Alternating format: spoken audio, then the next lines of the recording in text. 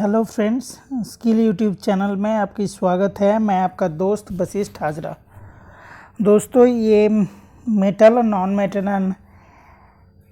Alloys chapter का 5th video है। ठीक है, अगर इसका पहले वाला वीडियो अगर आपने नहीं देखे हैं तो ये इसका प्लेलिस्ट में जाइए और ये वीडियो देख लीजिए। चलिए हम लोग शुरू करते हैं। ठीक है, यहाँ पे हम कुछ MCQs आप लोगों को करा रहे हैं। ठीक है, और इस MCQs के साथ साथ जो रिलेटेड बातें हैं वो भी हम लोग कर रहे हैं कि ताकि आपको ये क्वेश्चंस बहुत अच्छे से समझ में आ जाए और आपको जितना अच्छा समझ में आएगा उतना दिन तक आपको ज़्यादा याद रहेगा। ठीक है, तो अभी का सवाल है, सबसे हल्का धातु है। तो सबसे हल्का धातु है लिथियम, ये आपको याद रख लेना है। तो यहाँ पे जो ऑप्शंस है, तो लिथियम सबसे हल्का धातु है, लेड सबसे भारी है, फिर कॉपर टिन। ठीक है, अति मृदु इस्पात में कार्बन की मात्रा होती है, अति मृदु मतलब 1.5 माइल स्टील। 1.5 माइल स्टील में कार्बन की मात्रा कितना होती है?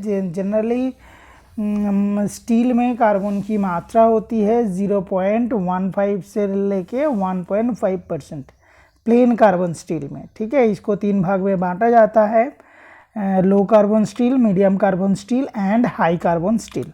ठीक है, तो अति मृदु बोले तो 1.5 माइल स्टील, मतलब जिस स्टील में कार्बन की मात्रा माइल स्टील से भी कम रहता है उसको अति मृदु इस्पात बोलते हैं। तो यहाँ पे जो उसका जहाँ से स्टील शुरू हो रहा है तो वो वाला परसेंटेज ही सही रहेगा। तो 0.15% इज़ द आंसर। निम्न में किस का प्रयोग करके आयरन को गैल्वनाइज्ड बनाया जाता है? तो गैल्वनाइज्ड किसको बोलते हैं? जब किसी लोहे के ऊपर जिंक की परत चढ़ाई जाती है तो इस प्रोसेस को बोलता है गैल्वनाइजेशन।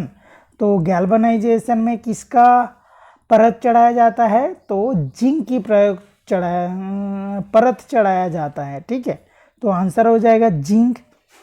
निम्नों में से ब्रोंज किसका एलॉय है? तो कॉपर एंड टिन है ब्रोंज। ये क्वेश्चन पहले भी आ चुका है। ठीक है, और ये बहुत इम्पॉर्टेंट क्वेश्चन है, बार बार बहुत सारा एग्जामों में ये देखा जाता है कि ब्रोंज में क्या क्या रहता है वो पूछता है और ब्रास में क्या क्या रहता है ये पूछता है। तो ब्रोंज किसका एलॉय है?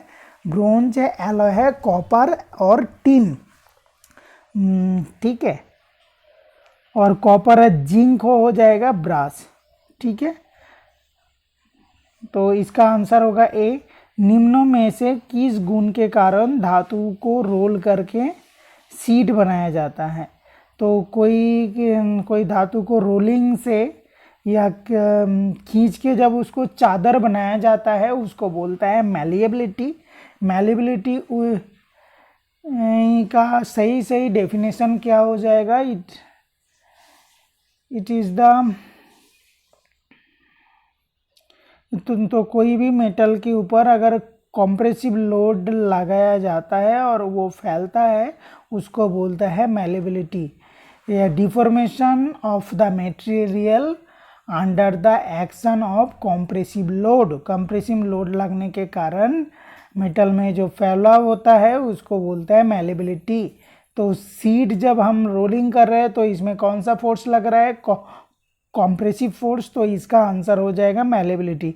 डक्टिलिटी किसको बोलेंगे? डक्टिलिटी कोई मेटल को अगर टेंसाइल लोड के कारण अगर उसका डिफॉर्मेशन हो रहा है उसको बोलेंगे डक्टिलिटी। तो टेंसाइल लोड मतलब जब कोई तार को हम लोग खींचते हैं तो उसको डक्टिलिटी बोलते हैं। तार को खींच के मतलब बार से खींच के तार बनाने का जो प्रोसेस है उसको वो डक्टिलिटी प्रॉपर्टी के कारण होता है। धातु का वो गुण जिसके कारण लोड को हटाने पर डिफॉर्मेशन के बाद वो अपने वास्तविक आकार में वापस आ जाता है। देखो यहाँ पे सीधा इलास्टिसिटी का डेफिनेशन ही दे दिया, धातु का वो गुण जिसके कारण लोड को हटाने पर डिफॉर्मेशन के बाद वो अपने वास्तविक आकार में वापस आ जाता है। ये गुण को कहता है इलास्टिसिटी। तो ऑप्शन हो जाएगा ऑप्शन नंबर डी, धातु का वो गुण जिसके कारण बाहरी फोर्स की प्रभाव के अंतर्गत धातु बिना टूटे अपना आकार बदल लेती है। इसको बोलते हैं प्लास्टिसिटी। मतलब जब कोई लोड लगाया जाता है और वो अपने आकार को, शेप को परिवर्तन कर लेता है और लोड हटा देने के बाद वो फिर अपने पूर्वावस्था में वापस नहीं जाता है, उसको बोलता है प्लास्टिसिटी। निम्न में से किस धातु का प्रयोग कर क्रेन हुक्स बनाया जाता है? तो क्रेन हुक्स बनाया जाता है रॉट आयरन से। ये क्वेश्चन भी बहुत ज़्यादा देखने को मिलता है। ठीक है, नेक्स्ट है, वो कौन सी धातु है जो कोरोजन रेजिस्टेंट होता है? तो कोरोजन रेजिस्टेंट धातु होता है एल्युमिनियम।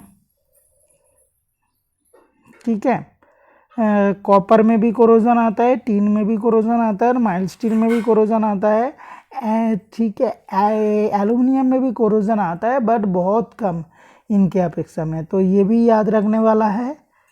वो कौन सा एलो है जो नमकीन पानी के कोरोजन को रोक सकता है? तो नमकीन पानी का जो कोरोजन है तो उसको जिंक रोक सकता है, इसीलिए जहाज़ों में आपका जो सतह होता है उसके ऊपर जिंक कोटिंग दिया जाता है। बट आज का डेट में भी उससे अच्छा प्रोसेस है कि अगर वो स्टेनलेस स्टील का बना होगा तो वो कोरोजन बिल्कुल नहीं होगा। बट यहाँ पे जो ऑप्शन दिया है उसका हिसाब से जो कोरोजन को रोक सकता है जो मटेरियल है वो है जिंक। ठीक है, ऑप्शन नंबर सी। निम्न में से ग्रे कास्ट आयरन की गुण है? तो ग्रे कास्ट आयरन का गुण है सुदृढ़। ठीक है, ग्रे कास्ट आयरन मैलेबल भी नहीं है, टेंसाइल भी नहीं है, डक्टाइल भी नहीं है, बट ठीक है इसके अंदर में कॉम्प्रेसिव स्ट्रेंथ बहुत ज़्यादा होता है और ये सुदृढ़ होता है। किस धातु में कार्बन की मात्रा कम होती है? तो सबसे ज़्यादा कम कार्बन रहता है रॉट आयरन में। ठीक है, रॉट आयरन सबसे शुद्ध किस्म की लोहा है और सबसे ज़्यादा कार्बन होता है पिग आयरन में। पिग आयरन में कार्बन के साथ साथ और बहुत सारा अशुद्धियाँ भी रहता है, जैसे silicon, manganese, magnesium, sulphur etcetera. Pig iron बनता है ब्लास्ट फर्नेस में। तो पिग आयरन को जब हम लोग क्यूपुला फर्नेस में डालते हैं तब मिलता है कास्ट आयरन। क्यूपुला फर्नेस में डालने से कास्ट आयरन मिलता है। कास्ट आयरन में जो कार्बन की मात्रा होता है वो पिग आयरन से थोड़ा कम होता है। तो कास्ट आयरन में कार्बन की मात्रा होता है 2 से 4%। ठीक है, जब हम लोग इसको कास्ट आयरन को लेके एलडी प्रोसेस से गुजरते हैं, बिस्मार्क कन्वर्टर से गुजरते हैं, तब वो कार्बन स्टील बनता है। ठीक है, तो कार्बन स्टील में कार्बन की मात्रा होता है 0.15% से लेके 1.5%। ठीक है, ये है पूरा इसका इतिहास।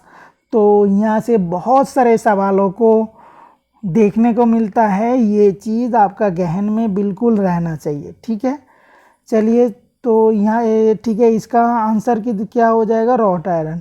नेक्स्ट क्वेश्चन है, कहते हैं मिश्र धातु होते हैं धातु का निश्चित अनुपात की मिश्रण। हम अगर कोई डिज़ायरेबल प्रॉपर्टी हमको अगर चाहिए तो उसको निश्चित अनुपात में ही मिलाना पड़ेगा, तो वो मिश्र धातु कहलाएगा। जैसे अगर ब्रास बोलेंगे, ब्रास के अंदर में क्या होता है? Copper and zinc. तो कॉपर की एक निश्चित मात्रा होगा, जिंक का एक निश्चित मात्रा होगा। तो ना कि कितना परिमाण कॉपर और कितना परिमाण जिंक लेके हम लोग उसको मतलब चीनी पानी नमक पानी के घोल जैसा जितना मर्जी नमक मिला के उसको घोल नहीं सकते हैं। तो एक अच्छा प्रॉपर्टी पाने के लिए हमको निश्चित अनुपात में ही मिलाना पड़ेगा।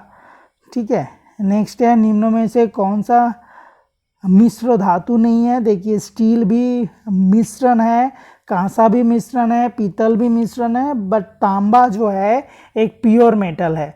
तो ठीक है, तो ऑप्शन नंबर बी तांबा हो जाएगा इसका आंसर, जो कि मिश्र धातु नहीं है।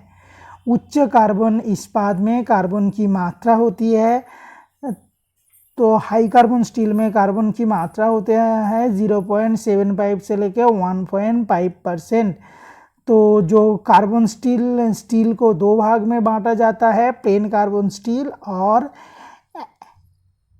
Alloy steel. जिसमें सिर्फ आयरन और कार्बन होता है उसको बोलते हैं प्लेन कार्बन स्टील, और जिसमें आयरन और कार्बन के साथ दूसरा कोई मटेरियल मिलाया जाता है उसको बोलता है alloy steel. Plane carbon steel में कार्बन की मात्रा 0.15 से लेके 1.5% तक होता है, जिसके अंदर में 0.15 से लेके 0.3% को बोलता है लो कार्बन स्टील, 0.3 से लेके 0.75 तक को बोलता है मीडियम कार्बन स्टील, और 0.75 से लेके 1.5% तक बोलता है उच्च कार्बन इस्पात यानी हाई कार्बन स्टील। आपका क्वेश्चन में यही पूछा गया है कि उच्च कार्बन इस्पात में कार्बन की मात्रा होती है, तो इसका हो जाएगा ऑप्शन नंबर ए 0.75 से लेके 1.5%। नेक्स्ट क्वेश्चन, हवाई जहाज की बॉडी किस धातु से बनाया जाता है?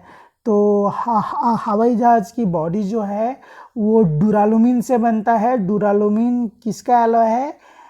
एल्युमिनियम की एलॉय है। तो यहाँ पे ऑप्शन हो जाएगा option number A aluminium. Next है और सबसे लास्ट क्वेश्चन, सबसे अधिक प्रत्यास्थता किसकी होती है? तो सबसे अधिक प्रत्यास्थता होती है ठोस की। ठीक है, सबसे ज़्यादा प्रत्यास्थता ठोस की होती है, उसके बाद द्रव की होता है, और उसके बाद होता है गैस की। तो ये बहुत आसान सा सवाल है और बहुत इम्पोर्टेंट क्वेश्चन है। मेरे ख्याल से आप अगर इस सीरीज़ का सारे वीडियो देख लेंगे तो आपका जो मेटल चैप्टर में जो पकड़ है वो बहुत काफ़ी हद तक ठीक हो जाएगा। और इस चैप्टर के ऊपर और भी क्वेश्चन आंसर मैं आपसे कराने वाला हूँ, और मैं ये सीरीज़ किया हूँ कि आपका जो हर एक चैप्टर का सारा सवाल मैं करा दूंगा। और ये सवाल करते करते आपका जो ट्रेड थियोरी में जो आपकी मैच्योरिटी है ये आपका काफ़ी हद तक बढ़ सकता है। ठीक है, इसके लिए आपको क्या करना पड़ेगा? आपको कंटिन्यू मेरे साथ जुड़ा रहना पड़ेगा। देखिएगा, आप अगर मेरे साथ जुड़े रहे तो बातों बातों में ही आपका नॉलेज काफ़ी ज़्यादा बढ़ जाएगा। और ये नॉलेज ज़्यादा बढ़ना बहुत ज़रूरी है, क्योंकि आजकल का जो कंपटीशन है वो काफ़ी हाई है। यहाँ पे जिसका नॉलेज अच्छा होगा, जिसका नॉलेज ही अच्छा होगा, उसको ज़्यादा चांस मिलेगा। ठीक है, तो आज के लिए इतना ही। Thank you very much.